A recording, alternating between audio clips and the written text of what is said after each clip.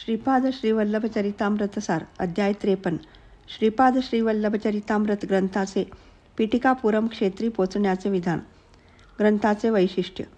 श्री शंकर भट्ट यांनी लिहिलेला श्रीपाद श्रीवल्लभ चरितामृत हा ग्रंथ काही दिवस श्रीपाद प्रभूंच्या मामाचे घरी होता.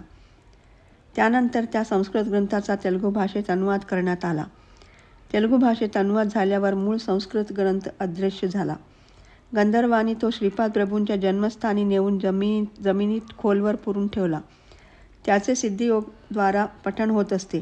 शंकर भट्टाने रचलेले चरितामृत श्रीपाद प्रभूंच्या दिव्य पादुकाजवळ ठेवून तो त्यांनी प्रभूंना वाचून दाखविला. ऐकण्यास आलेले 5 भक्त ते श्रवण करून धन्य झाले.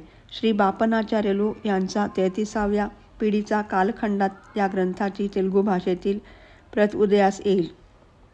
ज्या भाग्यवंत व्यक्तीने हा ग्रंथ उदयास आणला त्यांनी श्रीपाद प्रभूंच्या जन्मस्थळी जाऊन तेथील महासंस्थानाच्या पवित्र परिसरात पारायण करून हा ग्रंथ श्रीपाद प्रभूंच्या चरणी अर्पण करावा. या ग्रंथाचे पारायण चालू असताना पारायण करणाऱ्या भाग्यवान व्यक्तींना गाणगापूर क्षेत्रातून पाठविलेले प्रसाद मिळेल. हे तेजोमय स्वरूपात दर्शन देणाऱ्या श्रीपाद प्रभूंचे दिव्य वचन आहे. श्रीपाद श्रीवल्लभांचा जय जयकार हो असो. श्रीपाद राजम शरणम प्रपद्ये. हरिओम तत्सत.